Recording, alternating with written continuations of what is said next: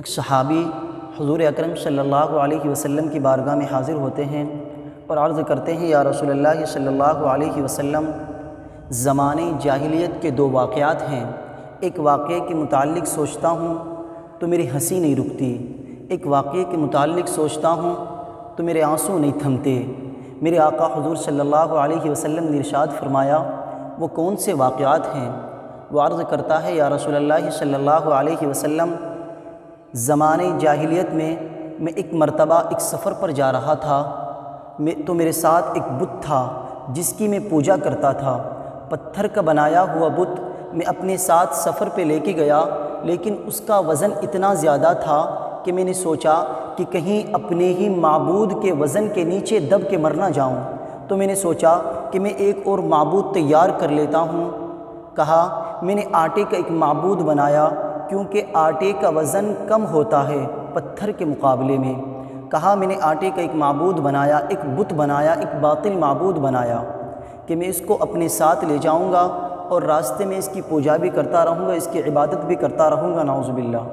کہا میں اس کو اپنے ساتھ لے کے گیا، آٹے کا جو بت تھا میں اس کو اپنے ساتھ لے کے گیا، راستے میں اس کی پوجا کرتا، اس کی عبادت کرتا، اس کو پوجتا، لیکن راستے میں میرے ساتھ ایک ایسا وقت آیا کہ میرے پاس جو کھانے کا سارا سامان تھا وہ ختم ہو گیا۔ کچھ وقت کے لیے تو میں نے بہت برداشت کیا، لیکن جب مجھ سے بھوک برداشت نہ ہو سکی تو میں نے اسی آٹے پر پانی ڈالا، اسی کو گوندا، اور گوندنے کے بعد میں نے روٹیاں تیار کی اور میں نے کہا، اے میرے خدا، اگر آج کام نہیں آئے گا تو پتہ نہیں پھر کب کام آئے گا۔ کہا میں نے اسی کو کھا لیا، میں نے اسی کو کھا لیا۔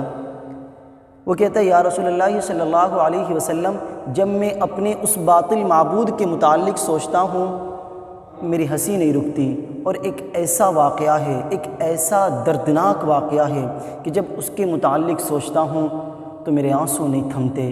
میرے آقا حضور صلی اللہ علیہ وسلم نے ارشاد فرمایا، وہ کون سا واقعہ ہے؟ وہ عرض کرتا ہے، یا رسول اللہ صلی اللہ علیہ وسلم، ایک وقت ایسا تھا کہ میں اپنے گھر سے سفر کے لیے روانہ ہوا۔ جب میں اپنے گھر سے سفر کے لیے روانہ ہوا تو اس وقت میری زوجہ، میری بیوی حاملہ تھی، میری بیوی امید سے تھی، اور ایک عرصے کے لیے میں اپنے گھر سے باہر رہا اور میں نے ایک مدت اپنے گھر سے باہر گزاری، لیکن جب گھر واپس آیا، جیسے ہی گھر میں داخل ہوا تو میں نے دیکھا ایک ننھی سی بچی، ایک پھول جیسی بچی میرے گھر کے صحن میں کھیل رہی ہے۔ اس بچی کو کھیلتے ہوئے دیکھا تو میں نے زوجہ سے پوچھا، یہ بچی کہاں سے آئی ہے؟ یہ بچی کس کی ہے؟ تو اس نے کہا، ڈر کی وجہ سے، خوف کی وجہ سے، کیونکہ زوجہ جانتی تھی کہ یہ عرب کا معاشرہ ہے اور یہ وہ لوگ ہیں جو اپنی بیٹیوں کو زندہ زمین میں دفن کر دیا کرتے ہیں۔ اس نے کہا ڈرتے ہوئے، یہ آپ کی بیٹی ہے۔ یہ سن کر مجھے بہت غصہ آیا، لیکن وہ بچی بھاگتی ہوئی صحن میں میرے پاس آئی اور یا ابتا کہہ کے مجھے پکارا، اے میرے پیارے والد صاحب کہہ کے پکارا، اور مجھے سینے سے لگا لیا، مجھے سینے سے لگا لیا۔ کہا اس وقت تو مجھے بہت پیار آیا، بہت محبت میرے دل میں پیدا ہوئی، اور میں نے بیٹی کو زندہ زمین میں دفن کرنے کا ارادہ ترک کر دیا کہ اب میں اسے زندہ زمین میں دفن نہیں کروں گا۔ لیکن وقت گزرتا گیا، میرا لگاؤ، میرا پیار میری بیٹی سے رفتہ رفتہ بڑھتا چلا گیا، میری محبت، میری چاہت، میری رغبت میری بیٹی سے رفتہ رفتہ بڑھتی چلی گئی، اور پھر ایک وقت ایسا بھی آیا کہ وہ بلوغت کی عمر کے بہت قریب پہنچ چکی تھی۔ کہا لیکن اس وقت معاشرے کے بڑے عرب لوگ، ان کا دبدبہ اتنا تھا، وہ سویلائزیشن ایسی تھی، اور پھر ایک وقت ایسا بھی آیا کہ میرا ظلم اپنی انتہا تک پہنچ گیا، اور میں نے اپنے دل میں فیصلہ کیا کہ وہ میری چہیتی بیٹی، وہ میری لاڈلی بیٹی، وہ میری پیاری بیٹی جو مجھے بڑے پیار سے والد صاحب کہہ کے پکارتی ہے، آج میں اسے قتل کر دوں گا، آج میں اسے زندہ زمین میں دفن کر دوں گا۔ کہا میں نے زوجہ سے کہا کہ اس کو فوراً تیار کر، اس کو نئے کپڑے پہنا، اس کی کنگھی کر، اور اس کو نہلا کر تیار کر کے اسے بتا کہ میں اسے فلاں رشتہ دار کے یہاں، فلاں قبیلے میں آج ان کی شادی ہے، اس شادی پر اس کی سہیلیاں اس سے ملے گی، اس کو بتا کہ میں اسے وہاں لے جا رہا ہوں۔ اس نے کہا کہ جب میں نے اپنی زوجہ سے یہ بات کہی تو میری زوجہ کی آنکھوں میں آنسو آ گئے، کیونکہ زوجہ جانتی تھی کہ عرب کے معاشرے میں بیٹیوں پر کس قدر ظلم کیا جاتا ہے۔ وہ اس کی کنگھی کر رہی تھی، اس کے بالوں کو سنوار رہی تھی، اور میری زوجہ کی آنکھوں سے اشکوں کی برسات جاری ہو رہی تھی۔ بہت رو رہی تھی میری زوجہ، اور بیٹی نے بڑے پیار سے پوچھا، اے میری والدہ، اے میری ماں، آپ کیوں رو رہی ہے؟ اس والدہ نے بتایا نہیں، کیونکہ والدہ جانتی تھی کہ اگر بتا دیتی تو والد والدہ کو بھی قتل کر دیتا، والد والدہ کو بھی قتل کر دیتا۔ معاشرہ ایسا تھا۔ کہا کہ میری زوجہ نے میری بیٹی کو تیار کر کے نہلا کر نئے کپڑے پہنا کر جب دروازے پر آئی تو اس نے ایک جملہ کہا۔ میری زوجہ نے کہا، یا رجل لا تدی الامانہ، یا رجل لا تدی الامانہ۔ اس نے ڈرتے ہوئے کہا، اے مرد، اللہ کی امانت کو ضائع نہ کرنا، اے انسان، یہ اللہ کی امانت ہے، اسے ضائع نہ کرنا، اسے برباد نہ کرنا۔ اس نے کہا روتے ہوئے۔ میری زوجہ نے جب یہ جملہ کہا تو میری ننھی بچی بھی یہ سن رہی تھی، وہ بھی ان باتوں کو سن رہی تھی۔ کہا، میں نے بچی کا ہاتھ پکڑ کر میں بچی کو اپنے ساتھ لے گیا، ایک صحرا میں لے گیا، ایک جنگل میں لے گیا۔ اب وہ بچی بار بار پوچھتی۔ اب یہ 3 احادیث ہے، 3 احادیث کا نچوڑ آپ کی بارگاہ میں پیش کر رہا ہوں۔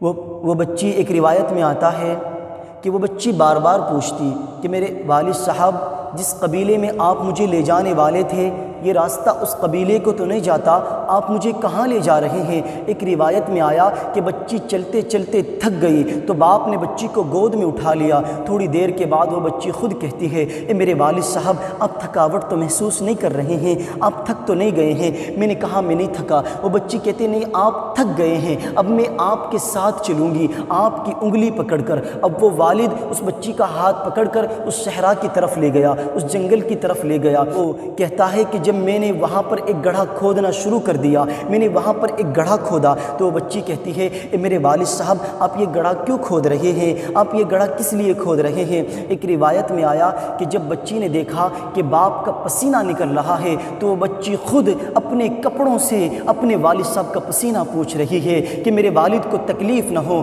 لیکن جب والد کی تکلیف دیکھی تو بچی دوڑ کر آتی ہے اور خود گڑھا کھودنے میں مدد کرتی ہے، خود گڑھا کھودنے میں مدد کرتی ہے۔ کہا، لیکن میرا دل پتھرا چکا تھا، میں پتھر دل ہو چکا تھا، اور زمانے کا، معاشرے کا رعب، دبدبا اور فکر اس قدر لاحق تھی کہ میں نے بچی کو اٹھا کر اس گڑھے میں پھینک دیا۔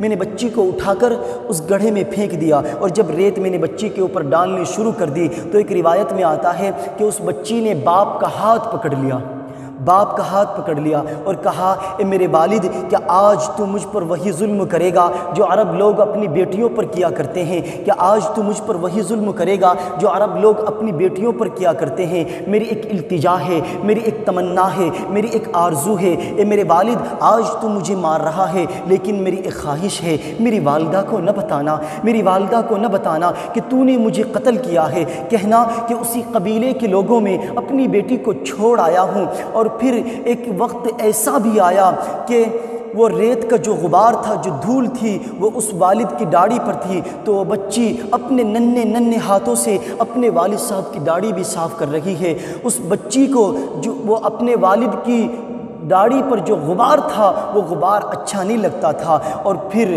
اس نے کہا کہ لیکن میرا ظلم اپنی انتہا تک پہنچ چکا تھا۔ اور پھر ایک وقت ایسا بھی آیا کہ اس بچی نے ایک آخری جملہ کہا۔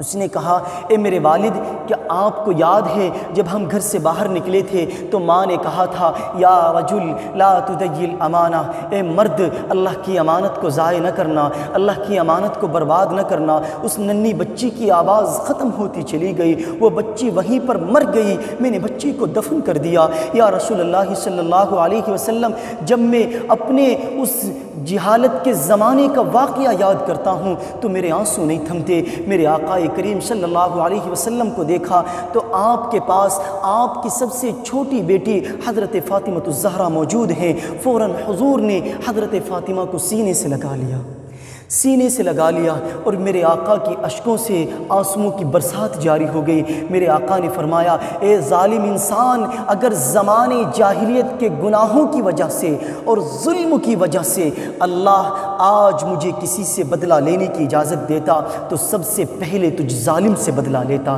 محترم احبہ، اپنی بیٹیوں کو بتائیں کہ اللہ نے ان بیٹیوں کو جینے کا حق دیا ہے۔ آج یہ بیٹیاں، یہ لڑکیاں کیوں شادیوں کے نام سے کپ کپاتی ہے؟ کیوں شادیوں کے نام پر ان کے پاؤں میں کپ کپی طاری ہو جاتی ہے؟ وجہ یہی ہے کہ لڑکوں سے تو ہم 1000 بار پوچھتے ہیں کہ تمہیں لڑکی پسند ہے یا نہیں ہے، لیکن لڑکی سے ہم ایک بار بھی نہیں پوچھتے ہیں کہ تمہیں لڑکا پسند ہے یا نہیں ہے۔ اور بغیر اس کی پسند کے ماں باپ کہیں پر بھی اس کا رشتہ طے کر دیتے ہیں، اور پھر جب لڑکی کہتی ہے کہ مجھے یہ رشتہ پسند نہیں ہے، مجھے یہ رشتہ منظور نہیں ہے، تو ماں اپنے سر سے دوپٹہ اتار کر اس بیٹی کے قدموں میں رکھ دیتی ہے اور ہاتھ جوڑ کر کہتی ہے، اے میری بیٹی، میری عزت رکھ۔ ارے یہ کون سی بات ہے؟ آپ نے لڑکی سے تو 50 بار پوچھا کہ تمہیں لڑکی پسند ہے یا نہیں ہے، لیکن لڑکی سے ایک بار بھی کیوں نہیں پوچھا کہ تمہیں لڑکا پسند ہے یا نہیں ہے؟ جبکہ لڑکی کا بھی حق ہے کہ ماں باپ اس کی شادی کرنے سے پہلے اس سے پوچھیں، اور لڑکی کا یہ بھی حق ہے کہ اگر اسے پسند ہے تو وہ ہاں کہے، اسے ناپسند ہے تو وہ نہ کہے۔ حضور اکرم صلی اللہ علیہ وسلم نے جب اپنی سب سے چھوٹی بیٹی فاطمہ کا نکاح اتنے خوبصورت سے علی سے کرنا چاہا تو حضور نے فاطمہ سے پوچھا، بیٹی فاطمہ، میں تمہارا نکاح علی سے کرنا چاہتا ہوں، کیا تمہیں پسند ہے؟ لیکن وہ نبی کی بیٹی تھی نا، اس نے نہ ہاں کہا نہ کہا، بس مسکرا دیا اور 2 آنسو گرا دیے۔ حضور نے فرمایا یہی اجازت ہے، کیونکہ لڑکی بہت باحیا ہوتی ہے، اس کا مسکرانا بھی اس کی اجازت ہوتی ہے، اس کا آنسو گرانا بھی اس کی اجازت ہوتی ہے۔ اب مجھے بتاؤ، جب کائنات کا پیغمبر اعظم اپنی بیٹی سے پوچھ سکتا ہے تو ہم اپنی بیٹیوں سے کیوں نہیں پوچھ سکتے؟ میرے آقا حضور صلی اللہ علیہ وسلم نے ان بیٹیوں کو جینے کا حق دیا ہے، ان بیٹیوں کو جینے کا مقام دیا ہے۔ کیا مقام دیا ہے؟ کیا مرتبہ دیا ہے؟ آقا مدنی صلی اللہ علیہ وسلم فرماتے ہیں کہ جب کسی کے یہاں 2 لڑکی پیدا ہوتی ہے تو اللہ اس کے گھر فرشتوں کو بھیجتا ہے۔ آج آپ دیکھیں، آپ کے گھر 1 لڑکی پیدا ہو جاتی ہے تو آپ پریشان ہو جاتے ہیں، 2 لڑکیاں پیدا ہو جاتی ہے تو آپ اور زیادہ پریشان ہو جاتے ہیں، کیونکہ لڑکوں پر ہم فخر کرتے ہیں اور لڑکیوں کو ہم بوجھ سمجھتے ہیں۔ میں کہتا ہوں لوگوں، اگر بیٹے ہمارے لیے نعمت ہے تو خدا کی قسم یہ بیٹیاں رحمت ہے۔ میرے آقا کریم نے فرمایا، جب اللہ کسی کے یہاں لڑکی عطا کرتا ہے، بیٹی عطا کرتا ہے تو اللہ اس کے گھر فرشتوں کو بھیجتا ہے۔ فرشتے آ کر کہتے ہیں، اے گھر والوں، تم پر سلامتی ہو۔ پھر فرشتے اپنے پروں کو بچھا دیتے ہیں اور پھر فرشتے اپنے پروں کے سائے میں اس بچی کو لے لیتے ہیں، اور پھر فرشتے اپنے ہاتھوں کو اس بچی کے سر کے اوپر پھیرتے ہیں، اور پھر فرشتے کہتے ہیں کہ یہ ناتواں کمزور جان ہے، جو اس ناتواں کمزور کی پرورش کرے گا، قیامت تک اللہ کی مدد اس کے شامل حال رہے گی۔ میرے آقا کریم نے فرمایا کہ بیٹیوں کو برا مت کہا کرو، تم دیکھتے نہیں میں محمد عربی بھی بیٹیوں والا ہوں؟ بیٹیوں کو برا مت کہا کرو، میں محمد عربی بھی بیٹیوں والا ہوں۔ بے شک بیٹیاں تو بہت محبت کرنے والی، بہت غم گسار اور بہت مہربانی کرنے والی ہوتی ہے۔ ایک حدیث میں میرے آقا نے فرمایا کہ جس شخص کے اوپر لڑکیوں کا بوجھ پڑ جائے، بات سمجھ آ رہی ہے؟ جس شخص کے اوپر بیٹیوں کا بوجھ پڑ جائے اور وہ ان کے ساتھ حسن سلوک کرے تو یہ بیٹیاں اس کے لیے جہنم سے روک بن جاتی ہے، بیٹیاں اسے جہنم میں داخل نہیں ہونے دیتی۔ یہ بیٹیوں کا مقام ہے۔ ایک روایت بتا کے بات کو ختم کر رہا ہوں۔ حضرت انس رضی اللہ تعالیٰ عنہ روایت کرتے ہیں کہ آقا مدنی صلی اللہ علیہ وسلم نے ارشاد فرمایا کہ جو شخص 2 لڑکیوں کی پرورش کرتا ہے، توجہ سے سنو، جو شخص 2 لڑکیوں کی پرورش کرتا ہے یہاں تک کہ وہ بالغ ہو جائیں، تو میرے آقا نے ارشاد فرمایا جنت میں میرے ساتھ وہ یوں ہوگا جیسے یہ 2 انگلیاں ملی ہوئی ہیں۔ اگر جنت میں حضور کے ساتھ رہنا چاہتے ہو، حضور کی صحبت میں رہنا چاہتے ہو، حضور کی خدمت میں رہنا چاہتے ہو، حضور کے ساتھ چلنا چاہتے ہو تو بیٹیوں کا حق ادا کرو۔ شارحین فرماتے ہیں کہ حضور نے 2 لڑکیاں فرمایا، 2 بیٹیاں نہیں فرمایا، یعنی اگر کوئی آدمی 2 لڑکیوں کی پرورش کرے یا 2 بہنوں کی پرورش کرے اور شریعت مطہرہ کے مطابق کرے اور وہ بیٹیاں ان کی آنکھوں کے سامنے بالغ ہو جائیں تو میرے آقا نے ارشاد فرمایا جنت میں میرے ساتھ وہ یوں ہوگا جیسے 2 انگلیاں ملی ہوئی ہیں، جیسے 2 انگلیاں ملی ہوئی ہیں۔ اگر جنت میں حضور کی صحبت میں رہنا چاہتے ہو تو لوگوں بیٹیوں کی خدمت کرو، ان کے حق ادا کرو، ان کے ساتھ حسن سلوک کرو۔ بس انہی چند لفظوں پہ میں اپنی بات کو ختم کرتا ہوں۔